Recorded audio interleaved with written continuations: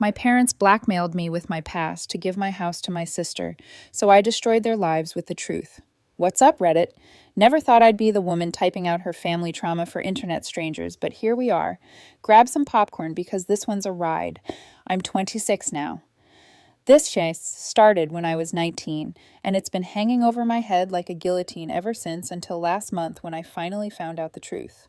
And let me tell you, when I say I scorched the earth, I mean I left nothing but ashes. First, you need to understand my family dynamic. I've got a younger sister, Emily, who's 23. She's been the golden child since the day she was born. I'm talking can-do, no-wrong levels of favoritism that would make a sitcom writer say, "Dial it back, that's too unrealistic." Me, I was the backup kid, the one they had before they figured out how parenting was supposed to work. Apparently, Emily got everything. New car at 16, full ride to college that they paid for, designer everything, European vacations.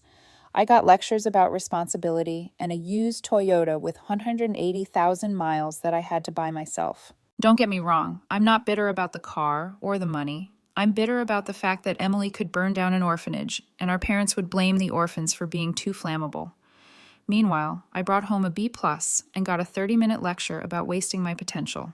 Growing up, it was constant. Emily's room was always the bigger one, the nicer one. When we moved houses when I was 14, I got the basement bedroom with the tiny window near the ceiling. Emily got the master bedroom on the second floor because she needs natural light for her art projects. Her art projects, by the way, consisted of buying expensive supplies that sat unused in the corner while she watched Netflix. Every Christmas was a joke. Emily would get a pile of presents worth easily $2,000 to $3,000. Gaming systems, designer clothes, jewelry, concert tickets. My pile was always practical. Chitty. Socks, deodorant, a $50 gift card to Target. One year they got her a trip to Paris for her 18th birthday. For mine, a card that said, "Happy birthday," with $20 inside, and a note that said, "Treat yourself to dinner." I treated myself to Chipotle and put the rest toward my electrician's exam fees. Emily never worked a day in her life, dropped out of college after 2 years because it was too stressful. Now she lives with her deadbeat boyfriend, Justin, in my parents' basement making TikToks and complaining about how hard life is. She's got a photography business that's generated maybe $400 in 3 years. Our parents subsidize her entire existence. Justin is a whole other story. Dude's 25, never had a job longer than 3 months. Constantly has some new business idea that requires money but never generates any. Last year it was NFTs. Before that, it was a podcast about conspiracy theories that got 7 total downloads, 5 of which were probably him checking to see if it uploaded correctly. I, on the other hand, have been working since I was 15. Saved every penny, put myself through community college while working full-time, got a job as an electrician, busted my ass for years, got my master electrician license, and finally saved enough to buy a small house last year. Nothing fancy. 2-bedroom, 1 bath, built in 1978. Needed work, but it was mine. I spent 6 months fixing it up. New floors, updated electrical, obviously, fresh paint, renovated bathroom. Turned it from a fixer-upper into something I was proud of. My parents came by once during the renovation, stayed for 10 minutes, and spent the whole time talking about how Emily was thinking about maybe possibly looking into perhaps getting a photography certification program. Maybe someday when she felt ready. But I'm getting ahead of myself. Let's go back to when I was 19. It was summer, right after my first year of community college. I was living at home, working construction during the day, taking night classes, saving every dollar I could. My plan was to get my own place by 21, get my electrician's license by 23, and never have to depend on my parents for anything ever again. My parents decided to throw this random backyard BBQ. They did this sometimes. Invite a bunch of their friends over, grill some burgers, drink wine, pretend we were a functional family. Usually, I'd find an excuse to work late or hang out with friends. But that day, I was legitimately tired and just wanted to crash in my room. My mom insisted I stay.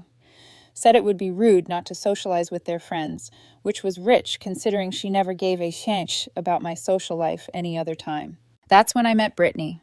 My mom introduced us, made a big deal of it actually, pulled me aside and said, "There's someone I want you to meet." She dragged me over to where Brittany was standing by the pool looking at her phone. "Brittany, this is my daughter I told you about." Brittany is the daughter of some friends from church. She had just graduated high school.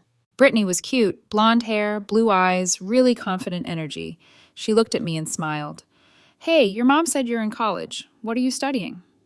We hit it off immediately. She was funny, easy to talk to, seemed genuinely interested in what I was saying. We talked about music, movies, random shagtime. She told me she'd just graduated high school and was taking a gap year before college, wanted to travel, figure out what she wanted to do with her life. I was 19. She said she was 18. I had literally zero reason to question it. She looked like she could be 18, acted mature, mentioned graduating high school, which would make sense for 18. Everything added up. As the party went on, we kept gravitating toward each other. My mom kept giving me these weird, encouraging looks, which should have been my first red flag. My mom never encouraged me to do anything social, but I was 19 and there was a pretty girl paying attention to me, so I ignored my instincts. As the party wound down and people started leaving, Brittany asked if I wanted to show her my car. I had this old Mustang I'd been restoring. Nothing fancy, but it was my project. We went out to the garage. We sat in the car just talking for a while, about life, about what we wanted to do with our futures, about how weird parents could be. The conversation flowed naturally. Then she kissed me. One thing led to another, and yeah, we hooked up in my car. Nothing weird, nothing forced, nothing that would make you think twice about it. Just two young adults doing what young adults do. She was enthusiastic, fully participating, clearly into it. There was zero indication anything was wrong. She left with her parents later that night. We exchanged numbers. I figured maybe we'd hang out again. She texted me that night, saying she had fun, and we messaged back and forth for a few days. Then the messages just stopped. I figured she'd met someone else or lost interest. That's how dating goes sometimes. I felt good about it, normal, like maybe this was the start of something or maybe it was just a fun night. Either way, it felt like a positive experience. 3 weeks after that party, my whole world imploded. I was in class, electrical theory, one of my tougher courses, when my phone started blowing up. Missed calls from both parents, then a text from my mom, "Come home now, emergency." Then another, "This is serious, leave now." I drove home thinking someone had died. My hands were shaking on the steering wheel. Had there been an accident? Was someone in the hospital? My mind was racing through every terrible possibility. When I walked in, both my parents were sitting in the living room with these devastated looks on their faces. Emily was nowhere to be seen, which was unusual. Later, I found out they'd sent her to a friend's house before I got home. "Sit down," my dad said. His voice was different, cold, distant, like he was talking to a stranger. My mom was crying, like full sobbing into a tissue. Her eye makeup was running down her face. "What happened?" I asked. "Is everyone okay? Did someone die?" "We need to talk about Brittany," my dad said. My stomach dropped. "What about her?" I couldn't breathe. Literally felt like someone was standing on my chest. The room started spinning. "That's not—" "She told me she was 18, I stammered. "She said she just graduated high school. I didn't force anything. She wanted to. She initiated it." "It doesn't matter what you think happened," my dad said. "She's a minor. You're an adult. Do you understand what that means? Her parents are furious." My mom cut me off, her voice shaking. "They want you arrested. They want you on the sex offender registry. They want you in prison." I felt like I was going to throw up. Prison. Sex offender registry. My life was over. I was 19 years old, and my entire future had just been erased in one conversation. Everything I'd been working toward, my electrician's license, my own place, a normal life, gone. I'd be a convicted felon, a registered sex offender. No one would hire me. I'd be lucky to get a job cleaning toilets. My dad looked disgusted. Not at the situation, at me, like I was something he'd scraped off his shoe. "Do you understand what you've done? The position you've put this family in?" "I didn't know," I kept saying over and over. "I swear to God, I didn't know she was 15. She told me she was 18. She said she graduated high school. She looked 18. "Well, you should have been more careful," he snapped. You should have asked to see her ID. You should have. Who asked to see ID before hooking up with someone? I was starting to panic. She said she was 18. I believed her. I had no reason not to. That's not a defense, my dad said coldly. That's not going to hold up in court. I started crying. Couldn't help it. My whole life was over, and I didn't even fully understand why.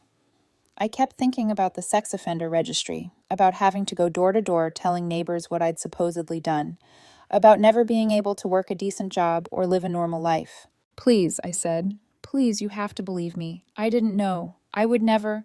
It doesn't matter what we believe, my mom said. Her parents have already decided. They've talked to a lawyer. They're ready to file charges. Then my dad told me they'd fixed it. They'd paid Brittany's family $40,000 to make the whole thing go away.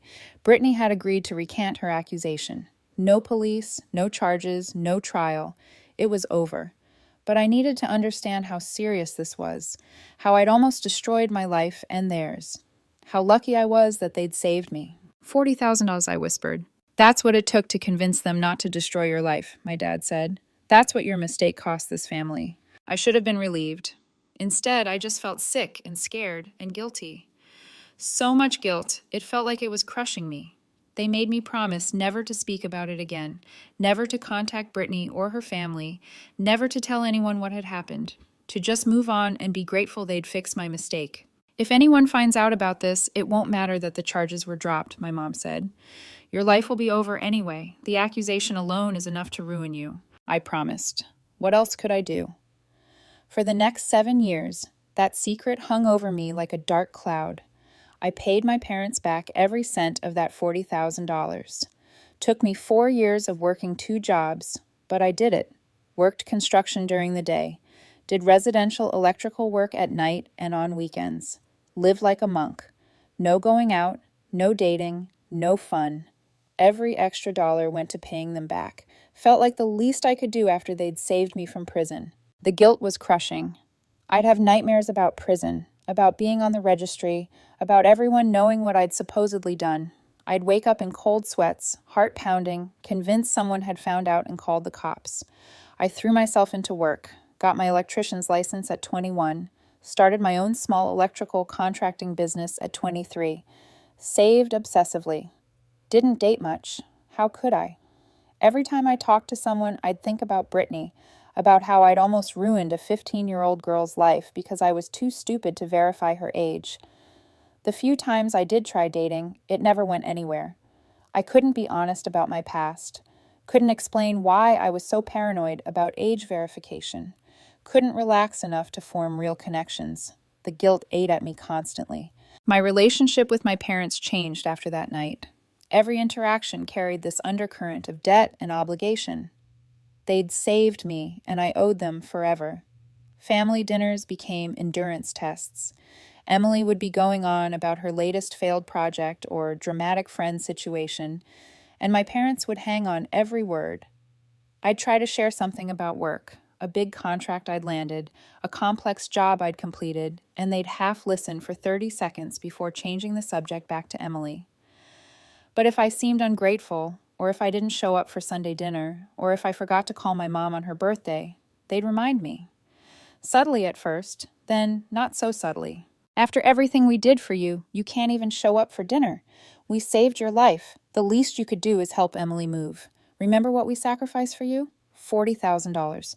Don't forget that. I never forgot. They made sure of it. I bought my house at 24 with money I'd saved. Nothing fancy.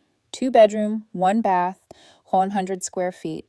Needed work, but it was mine. Paid for with my own hands, my own labor. It was the first thing in my life that felt clean, like maybe I could move past what happened and build something good.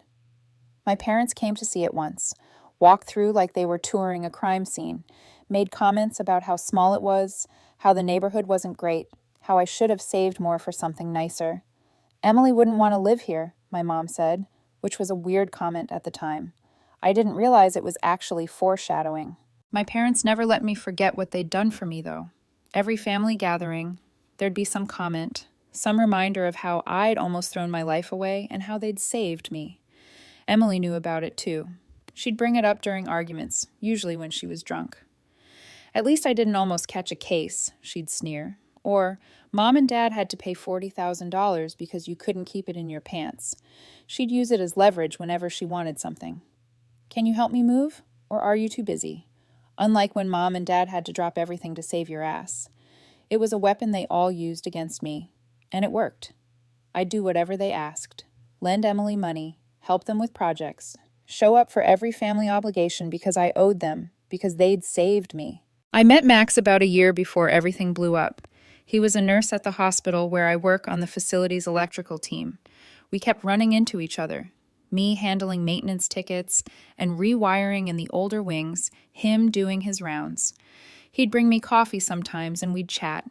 He was funny, smart, didn't take my semaine from anyone. Had this way of cutting through ball that I found refreshing. After weeks of this, I finally worked up the courage to say yes when he asked me out. Our first date was at this local Mexican place. Nothing fancy, but the conversation flowed. For the first time in years, I felt like I could be myself, almost myself anyway. I still hadn't told him about Brittany. We'd been dating for about 8 months when my parents dropped the house bomb. Max knew something was wrong. I came home from that dinner and just sat in my car for an hour. He called, "Hey, you okay? You were supposed to come over." "Yeah, sorry, family stuff." "Want to talk about it?" "Not really." He showed up at my house anyway, let himself in with the spare key I'd given him, found me on the couch staring at the wall. "What happened?" I wanted to tell him everything, but the fear was too ingrained. If he knew about the accusation, would he believe I was innocent, or would he see me differently? Would he leave? "My parents want me to give my house to my sister," I said instead. "What? That's insane." "Yeah, obviously you said no." "They're threatening me if I don't." He sat down next to me. "Threatening you how?" That's when I should have told him, but I couldn't. The words stuck in my throat. "Just family stuff. Old pup, they're holding over my head." "That's manipulation," he said. "You know that, right?" "I know." "So what are you going to do?" "I don't know." He grabbed my hand. "Whatever it is, you don't have to face it alone. I'm here." That's when I realized I could lose him. If my parents went through with their threat and told everyone about the accusation, Max would hear, and he'd hear their version, not the truth, just that I'd been accused of sexual assault. And once that's out there, it doesn't matter what the truth is. The accusation is enough. I couldn't let that happen. The week after that dinner was hell. My parents started calling daily. Text messages, voicemails, all variations of the same theme. Give Emily the house or face the consequences. Emily herself started messaging me. At first, it was fake sweetness. "Hey, big sis, can we talk about this reasonably?" When I didn't respond, the messages got nastier. "You're being selfish. This is why everyone thinks you're just give me the house." Justin even got in on it. Sent me this long message about how they deserved the house because they had nothing and I was doing fine. The audacity of this dude who'd never paid rent a day in his life telling me what I deserved. My mom started showing up at my job sites, would just appear while I was working, trying to corner me. "We need to talk about this. You're being unreasonable." "I'm working." "Mom, this is more important than work. Your sister needs—" "I don't care what she needs. She's 23. She can figure it out like I did." "You're so selfish," she'd say. Then she'd start crying. Public manipulation, trying to make me the bad guy in front of my crew. After the third time, my foreman pulled me aside. "Hey, you okay? Your mom keeps showing up and making scenes." "Family stuff," I said. "I'm handling it." "Want me to ban her from the site?" I almost said yes, but I knew that would just escalate things. The breaking point came when Emily showed up at my house. Just walked right in. She still had a key from when she'd helped me move in. I came home from work to find her and Justin sitting in my living room like they owned the place. "What the hell are you doing here?" "We're measuring for furniture," Emily said casually. "Mom said you were going to sign over the house this weekend, so we wanted to get a head start on planning." "Get out." "Don't be dramatic," she said. "We're going to be living here soon anyway." "No, you're not." Justin stood up, trying to look intimidating. Dude was maybe 5'9", and looked like a strong breeze would knock him over. "Listen, ma'am, your parents did you a solid years ago. Now it's time to return the favor." "You don't know what you're talking about." "I know you were accused of messing with some underage girl," he said. "Emily told me everything. Her parents paid a lot of money to make that go away. Now they're cashing in. That's how family works." I looked at Emily. "You told him?" She shrugged. "He's going to be my husband eventually. We don't have secrets." "Get the cheeshide out of my house, both of you, now." "Or what?" Justin stepped closer. "You going to call the cops?" That'll be a fun conversation when they find out about your past. That's when something snapped. I pulled out my phone and started recording. Say that again, about my past. On camera this time. His face went pale. I didn't mean, get out. If either of you ever comes into my house without permission again, I'm calling the cops for trespassing and I don't give a kill what you tell them. They left, but Emily turned at the door. You're making a huge mistake. Mom and Dad gave you a chance to do this the easy way. Now it's going to get ugly. She was right about that. That night, I couldn't sleep.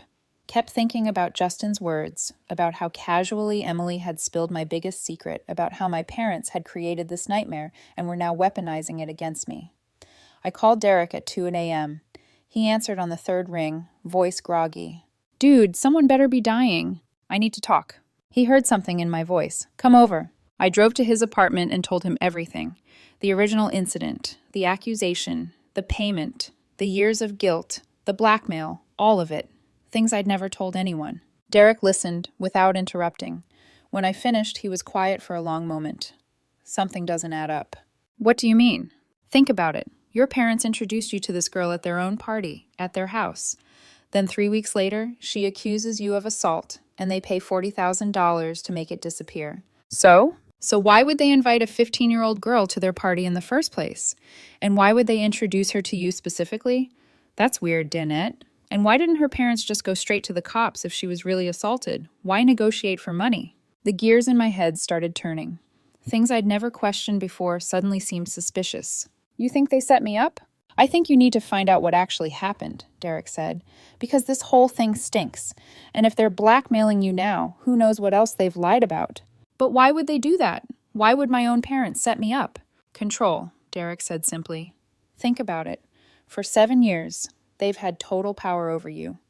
You do whatever they say because you think you owe them. You can't say no. You can't stand up to them. They've got the ultimate leverage. He was right, and I'd been too consumed by guilt to see it. What do I do? Find out the truth, he said. Get evidence and then decide what you want to do with it. The next day, I hired a private investigator. Cost me $3,000 up front, but I needed answers. I gave him everything I remembered. Brittany's full name, approximate age now, should be 22. The neighborhood where her parents lived, or used to live. Anything else I could remember about that night or the weeks after. What exactly are you looking for? The PI asked. The truth, I said. I need to know what really happened. Whether my parents set me up or if I'm just being paranoid. If they did set you up, that's fraud, conspiracy, probably a few other charges. You ready for that?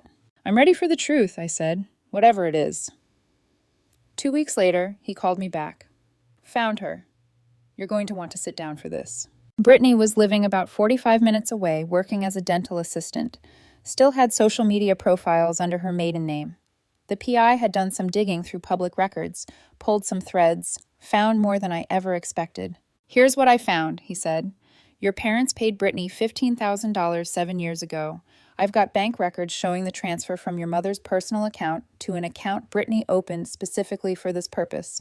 They paid her? My heart was racing. They said they paid her parents. Nope. Directly to Brittany, into an account she opened 2 days before the payment was made. The account was at a different bank than her regular checking account, almost like she was trying to hide it. Why would they? There's more. He cut me off. I found text messages between your mother and Brittany from 7 years ago. Your mom's old phone records were subpoenaed in an unrelated civil case last year. Something to do with a property dispute, but they're part of public record now. I pulled them. The blood drained from my face. The messages show your mother specifically instructing Brittany on what to say to you at the party. What do you mean? He read from his notes. Tell her you just graduated high school. Tell her you're taking a gap year. Be flirty, but not too obvious. Let her make the first move. My hands were shaking. These are direct quotes from your mother's text to Brittany, 3 days before the party. The room started spinning. Your parents set you up, the PI continued. They knew she was 15. They instructed her to lie about her age. Then they paid her to accuse you of assault. Then they paid her again, $25,000 more to drop the accusation. Total of $40,000, all to Brittany. But why? I could barely get the words out. Why would they do this? Control, he said simply. They wanted leverage over you, something to hold over your head for the rest of your life. And it worked, didn't it? You've been paying them back, doing whatever they ask, never questioning them because you thought you owed them, because you thought they saved you. I felt like I was going to be sick. I've got all the documentation, the PI said. Bank records, text messages, timeline of events. It's all here. Question is, what do you want to do with it? I found Brittany's address through the PI's report. Spent 2 days working up the courage to go over there. Finally drove over on a Saturday morning. She answered the door in pajamas, coffee mug in hand. When she saw me, her face went white. She tried to close the door. Wait, I said quickly. I'm not here to hurt you or threaten you. I just need the truth, please. She stared at me for a long moment. Then her shoulders sagged. How did you find me?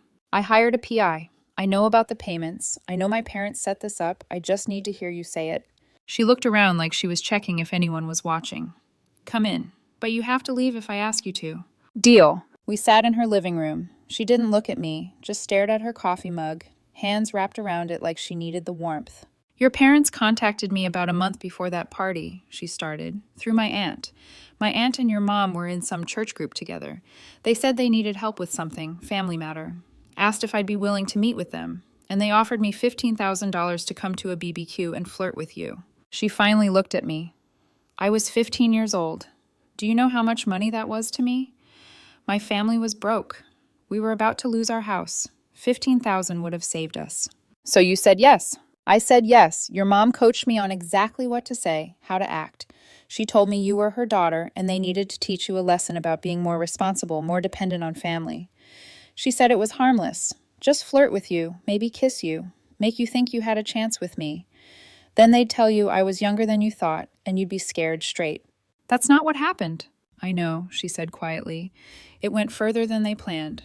We hooked up in your car. I didn't tell them that part at first. Just said we kissed and exchanged numbers. What about the assault accusation? She flinched. That came 2 weeks later. Your mom called me, said the plan wasn't working. You weren't scared enough. She needed to make it more serious. Offered me another $25,000 to tell my parents that you'd forced yourself on me. Your parents knew? Not about the setup. I told them I'd met a woman at a party who I thought was my age, but turned out to be older. I said we'd hooked up, and I was freaking out because I realized afterward how old you were. I didn't tell them you forced me, but they freaked out anyway. Started talking about calling the police. How did my parents handle it? Your mom came over to talk to them. Told them that you'd go to prison if they involved the police, that it would ruin your life forever. She convinced them to accept a payment instead. Said it would avoid putting me through the trauma of a trial and a police investigation. She made it sound like she was doing it for my benefit, but nothing happened. I mean, it was consensual. You wanted to. You initiated it. I know, she said. That's why I felt like kikanen about the whole thing. I was a kid who made a really terrible decision for money. I felt guilty about it for 7 years. But I spent that money, used it to save my parents' house, put some toward community college, built a life. Coming forward would have destroyed everything. They're blackmailing me now, I said, threatening to tell everyone about the accusation if I don't give my house to my sister. She looked up sharply. That's insane. Will you testify? If it comes to it, will you tell the truth about what actually happened? She thought for a long moment, took a sip of coffee, stared out the window.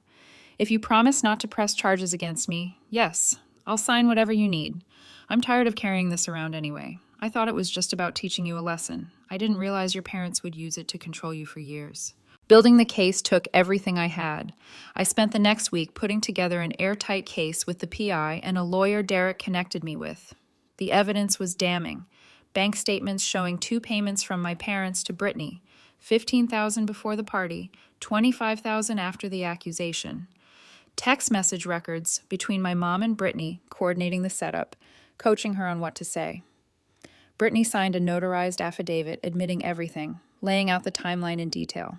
Documentation showing the payments happened before and after the accusation. Proof that no police report was ever actually filed. The PI checked the records. Recordings of my parents threatening to expose the accusation if I didn't give Emily my house. My lawyer looked over everything and whistled. This is fraud, extortion, conspiracy to commit fraud, witness tampering. Your parents could go to prison for this. Are you sure you want to do this? They ruined 7 years of my life, I said. Made me think I was a criminal. Made me pay them back $40,000 for saving me from something they created. And now they're trying to steal my house. Yeah, I'm sure. What about your relationship with them, with your sister? This will destroy your family. They destroyed it 7 years ago, I said. I'm just cleaning up the mess. The lawyer nodded. All right, let's burn it down. I invited my parents and Emily to my house, told them I wanted to discuss the arrangement for transferring the house to Emily, said I'd been thinking about it and wanted to work out the details. They showed up grinning like they'd already won. My mom brought a bottle of wine to celebrate. Emily had her phone out, already taking pictures of my living room for her Instagram. Justin was with her, measuring the walls. We're thinking of knocking out this wall, Emily said, gesturing. Open up the living room. Make it more modern. Great, I said. Why don't we all sit down first? We gathered in the living room. I had 3 folders on my coffee table, handed one to each of them. What's this? My dad asked. Open it. They did. I watched their faces go from confident to confused to terrified in about 30 seconds. Inside were copies of everything.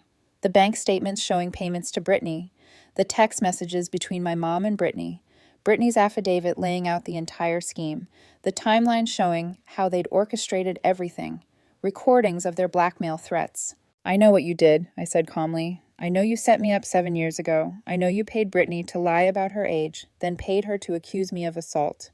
I know you manufactured the entire thing to control me. My mom's hands were shaking. You can't. Where did you get this? Does it matter? It's all real. It's all documented, and it's all been turned over to the police. You're bluffing, my dad said, but his voice was weak. His face had gone pale. Am I? I pulled out my phone and showed them the email confirmation from the DA's office. I filed a police report 4 days ago. They've opened an investigation. Detectives will probably be contacting you Monday morning. You can't do this, my mom whispered. We're your parents. You stopped being my parents when you decided to frame me for sexual assault to control my life. Emily was reading through the folder, her face getting paler by the second. This can't be real. Mom, Dad, tell her this isn't real. It's real, I said. All of it. And here's what's going to happen. You're going to leave my house. You're going to stop contacting me. And you're going to deal with whatever legal consequences come from this. We were just trying to help you, my mom said, tears streaming down her face. You were so independent, so stubborn. We needed you to understand that you need family. You weren't trying to help me. You were trying to control me. You created a fake crisis so you could play the heroes who saved me. So I'd owe you forever. So you could hold it over my head any time I didn't do exactly what you wanted. My dad stood up, trying to regain some authority. If you go through with this, you'll destroy this family. Is that what you want? You destroyed it 7 years ago, I said. I'm just making sure everyone knows the truth. We'll fight this, he said. We'll tell them you're lying, that you made all this up because you're bitter about Emily. With what evidence? I asked. I've got bank statements. I've got your text messages. I've got Brittany's testimony. What do you have? Lies you've been telling for 7 years? Justin, who'd been quiet this whole time, finally spoke up. This is messed up, ma'am. They're still your parents. Stay out of this, I said. This has nothing to do with you. It does if Emily loses her chance at this house because you're being petty. I laughed. Petty? They framed me for sexual assault. They made me live in fear for 7 years. They stole $40,000 from me, and now they're trying to steal my house. But I'm being petty? Emily started crying. Not the manipulative crying she usually did, but real ugly crying. I didn't know, she sobbed. I didn't know they did all that. I just knew about the accusation. But you were happy to use it against me, I said. You throw it in my face whenever you wanted something. You knew it hurt me, and you loved it. I thought you actually did something wrong, she said. I thought they saved you from going to prison for something you actually did. And you never asked me about it. Never gave me a chance to tell my side. She didn't answer. Get out, I said, all of you, and don't come back. My dad took a step toward me. You're making the biggest mistake of your life. No, I said. You made the biggest mistake of yours 7 years ago. I'm just making sure you pay for it. They left. My mom was sobbing. My dad was trying to maintain his dignity. Emily and Justin followed, Emily still clutching the folder like she couldn't believe what was in it. As they reached the door, my mom turned back one last time. Please don't do this. We're family. We're related, I corrected. There's a difference. My parents got arrested on a Tuesday morning. Multiple felonies, fraud, extortion, filing false reports. The DA basically threw the book at them. Their mugshots hit the local paper, and my dad looked like absolute tien. All that concern about appearances, gone. Bail was set at $100,000 each. They couldn't afford it. Emily predictably lost her goddamn mind and started a GoFundMe painting, me as the villain. Raised a whopping $340 before people started linking news articles in the comments. GoFundMe shut it down for TOS violations. Chef's kiss. Trial came 3 months later. Media ate it up. Parents framed daughter in control scheme. Brittany testified like a boss, explained the whole setup while their lawyer tried desperately to discredit her. Then my turn. I laid out 7 years of manufactured guilt, working 2 jobs to pay back $40,000 for something that never happened. The jury took 6 hours, guilty on everything. Dad got 18 months federal plus $50,000 in fines. Mom got 14 months plus $35,000. Both owed me full restitution, $40,000 plus another $30,000 in damages. Watching them get cuffed was therapeutic. Emily screamed when the verdict dropped. Literally screamed, got escorted out by bailiffs, cornered me in the hallway, slapped me, got banned from the courthouse. Then came weeks of texts, hateful, desperate, manipulative, blocked. 8 months later, parents are still locked up. I haven't visited, haven't written, haven't responded to their letters. Emily and Justin lost the house to foreclosure, ended up in a trailer park, both working real jobs for the first time in their lives. Him at a warehouse, her waitressing. She sent more nasty messages from a burner number, calling me a family-destroying piece of I blocked her again and went about my day. Some people just need to learn actions have consequences.